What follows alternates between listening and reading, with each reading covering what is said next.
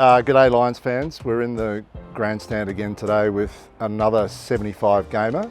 Our captain, Breanna Koenen, can you believe it? 75 games of AFLW for a girl that's from North Queensland, from the Ville. No, from Magnetic Island. Magnetic Island. Maggie Island, I know.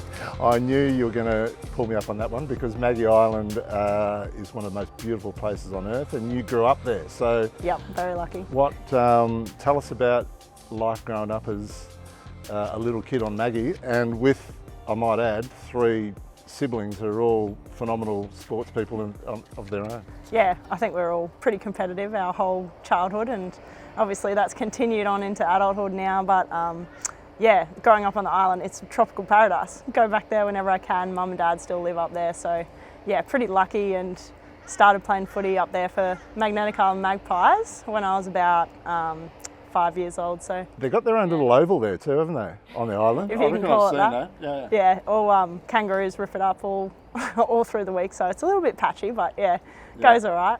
What's good about Maggie? Tell us about Magnetic Island if people haven't been there. Oh, what isn't good?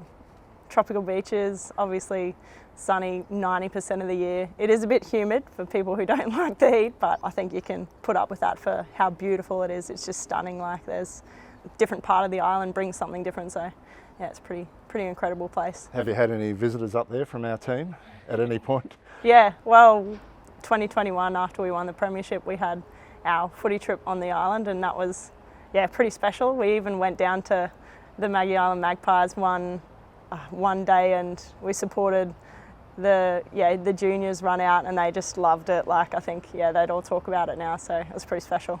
All the girls have lobbed on the island for the one weekend. Yeah, it was full on. I wanted to get them out there by the end. Yeah. Obviously you got to, if you play footy up there, it's a bit of an ordeal to go to the mainland, which is a 20-minute ferry trip. Yeah. But where did you play your footy after you sort of aged out of Magpies, or what did you do along the way? Because there wasn't a great pathway back then. No, so I played in the juniors, which was mostly boys up until I was about 13 years old, and then they said, look, it's getting too dangerous, boys are too big, you can't play in this comp anymore. And then I was lucky enough to link up with another girl from Townsville, and we pretty much drove to Cairns every weekend over the summer. They had a summer season then to play in their Cairns competition, the Women's League up there. So yeah, I think from when I was about 14 or 15. But yeah, footy was always my biggest love, and yeah, just loved it obviously, and never gave up on it, which is nice now. It's rewarded me in the long run. That's for people that don't know North Queensland. That's not just up the road. That's a 4-hour drive. That's a 4-hour drive. But with people in North Queensland do that. Live in Cairns, I'm going to Townsville, or live in Townsville, I'm going to Mackay. Yeah, no, everything's close up there. Yeah. Especially, I don't think I'll ever complain about a 30-minute drive out to Springfield now. So you would drive to Cairns on a Saturday morning, play in the afternoon, stay the night? Sometimes stay the night at Joe Butland's house. Massive Queensland women's footy idol. Love Joe. Yeah, she's good. Or drive back and try and catch the last ferry. Lots of memories running for that last ferry and missing it by that much. Watching it sail away. Stuck in the Ville on a Saturday night as a teenager. Yes. No, my grandma lived there, so it's lucky. I had a backup. So when did you move to Brisbane? And why did you move to Brisbane? Originally, obviously, AFLW wasn't a thing, so I moved to Brisbane mainly for my studies. So straight after year 12? No, I had a gap year, worked as a lifeguard for a year. There you go. And then saved up enough money. Your sister Alyssa was doing that as well, wasn't she? Lifeguarding, she was, I moved down here with Cara, and we lived together. I waited for her to finish school a year after me, and moved down here with her, and so studied physiotherapy was my main goal, but footy was just sort of a side note. Played for UQ, which was a sort of plus, better comp, obviously, compared to the Townsville one that's now growing and pretty exciting up there at the moment, but not quite my time. Not quite, although it came pretty quick though. Yeah, it was good. I remember when we were going through building senior women's state teams and getting ready for this national league that was going to start in 2020, and then Gil brought it forward to 2017. So thank you, Gil. You guys were pumped about that. But I remember watching UQ games in the Quaffle and watching you just scoot around half back and occasionally go in the guts. Yeah, played everywhere. Get your hands on it. But the one thing that struck me was, and it's to this day, it sort of is the same, just the way you read the play, and you're very good overhead for your, I wouldn't say you're an intercept tall defender, but you're a medium-sized interceptor. But you're very good overhead. And then for me, the other part was how instinctively then you just roll off and start setting the game up from half back and rebounding. So it was all that stuff taught to you or instinctive, or what was... I think it was like obviously starting from such a young age. I think I learnt the game and how to view the game and how to play the game very early on. So I think that's obviously helped me coming into my 8th season. To be able to have said I started when I was like 5 years old. Obviously girls coming in for a couple of years and trying to pick up new skills and all that sort of stuff. Like, it's a lot to think about. So I think I already had the skills down pat. So the game stuff was, came a bit easier to me. Yeah, you definitely had that. Read it well, clean, kicked it well. But in that little period, I remember we're trying to get our squad organised for AFLW, and we're bringing girls out of Quaffle, and some of them are coming with good habits, some of them are coming with dodgy nicknames as well at that stage. So no, I didn't have any. None at all. Are you sure about that? No, I've had a couple over my time. I've had a few interesting ones. There was a nickname there that you had for a while that I thought, maybe that's not right for AFLW. So I had a few weird ones. I think I got called Fetus one year for some reason. Right. I think I said my birthday was the year after. Right. And I just said the year of, and I was like, and then they just picked it up and ran with it, and I had nothing to say. I was like, okay, this has happened now. So now, for all those people out there, that Bree's birthday is on New Year's Eve every year. Yeah, so, 31st December. So in case you're bored on New Year's Eve and you want to send someone a text, flick one to Bree. Everybody celebrates my birthday. She'll appreciate it, exactly. So here we are sitting 8 seasons in. Yep. And can you believe that you've become, like, from season 1 to where you are now, like, I can answer this honestly, but I'd like your reaction too. Can you believe how far you've come in terms of not only your game, but leadership and captaincy now?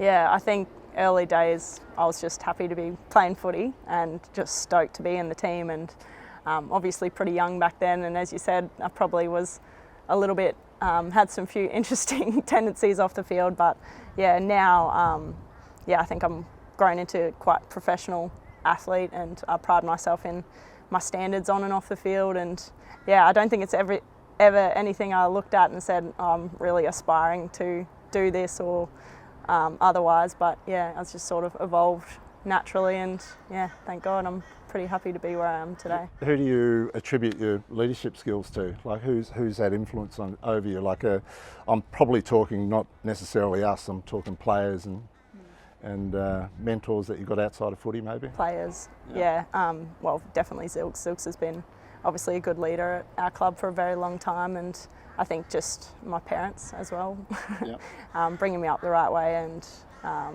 really just supporting me the best they can, and I think that's sort of reflects in my leadership style. Like, I'm very caring, sort of giving person, and that's reflects on my parents, I think, pretty well as well. Yeah.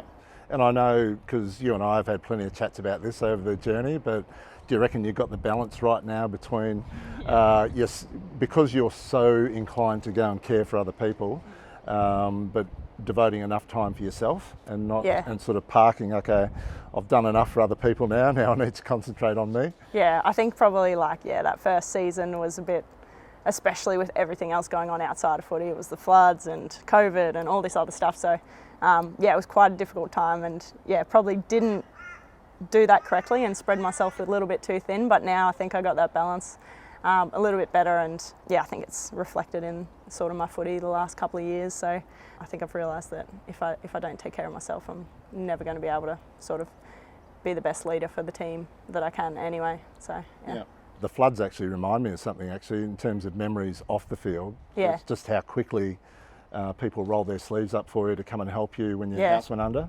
It was awesome. Beginning of 22, March 22. Yeah, I was in a rental, so it wasn't my own property, unlike Zilks and Batesy's. But it was hard, and all my stuff I think got ruined, and there was this massive pile out the front of my house with everything, but all the girls literally was, as soon as we could go in there and start cleaning stuff up and clearing stuff out, they were just, no worries, within a second they were all there, and yeah, it made things a lot easier, and yeah, it was a nice environment to be in that really difficult time. Yeah. So yeah, I was pretty grateful for that. Yeah, it's sort of part of what our team's about, isn't it? That it doesn't matter whether it's on the field or off the field, people are happy to dig in and pitch in and help out when people are going through a bit of a crisis. So. Sometimes too much. I had to be like, guys, I'm fine. I don't need anything else. No more food. No, what about on the field over 7 or 8 years? And I might say, just before we get to that, we've been through some expansion, and really, we have. By the way. There you go. How good has it been? It's been great, hasn't it? It's been fantastic. There have been some opportunities for everyone to look at deals elsewhere, but you had some temptations back a few years ago and elected to stay with us. So what was sort of driving you then? Never asked you this actually. Can't tell you too much, Craig, but I was never sort of looking to leave. Like, I'm a pretty loyal person, and I pride myself on that. So yeah, I think I've said too much already, but yeah, I don't think I'll ever play for another club. Like, I'm a one club person, and I really want to retire saying that. Going back to your first question, from how far it's come from that first season, obviously there was so much hype around it, and it was just insane the amount of draw that had on the competition. And now pre-season gets harder, like it's just tougher contest, everybody gets better year on year, so there's just so much growth in the game at the moment that it's heading in a really exciting direction. Oh, it is. The quality of footy this year has been insane. Yeah, there's been some ripping games. So, you know, and I think more games would be nice, because I think we all play better footy in the second half of the year. I don't know whether you agree with that. Well, we had that tinkering and changing things around, trying new things, which is, I think, good for us, versatile coming into finals. So I think it's a good thing in the long run. But yeah, obviously a few little rough patches there with trying new things and working things out. And I think we hopefully get the right mix come the next few weeks. Yeah. So the thing you must treasure the most is, and we've done a couple of these now, people, you know, representing the club for 75 games. At the one club is really, really special, because now the club has agreed to life membership for AFLW players for 75 games. So pretty cool. The girl from Maggie Island is now a life member of the Brisbane Lions, which is insane, really. When that you is think insane. about it. It's sort of haven't really thought much about it until now, and it's incredible, pretty special. This weekend, obviously, it comes in a really big final for us. Which is where all of our focus is. Or will be on game day. But who's coming along to share the day down in Adelaide?